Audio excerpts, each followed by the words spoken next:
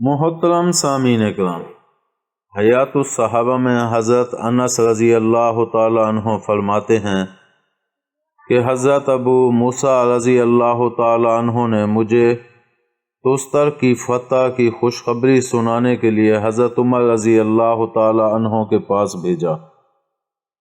قبیلہ بکر بن وائل کے 6 آدمی مرتد ہو کر مشرکین سے جا ملے تھے۔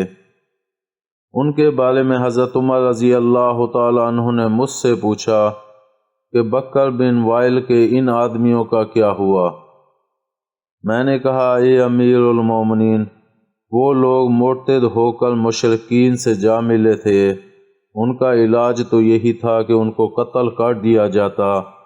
تو حضرت عمر رضی اللہ تعالی عنہ نے فرمایا، وہ لوگ صحیح سالم میرے ہاتھ آ جاتے تو یہ مجھے ساری دنیا کے سونے چاندی سے زیادہ پسند ہوتا۔ میں نے کہا، اے امیر المومنین، اگر وہ آپ کے ہاتھ آ جاتے تو آپ ان کے ساتھ کیا برتاؤ کرتے؟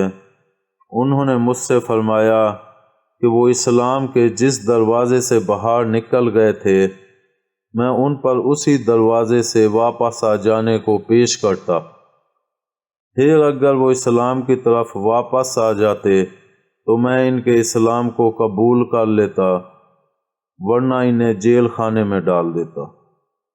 امید ہے آپ کو ہماری یہ ویڈیو پسند آئی ہوگی۔ پسند آنے کی صورت میں لائک کریں، کمنٹ کریں اور شیئر کرنا مت بھولیں۔ ملتے ہیں اگلی ویڈیو تک۔ اللہ حافظ۔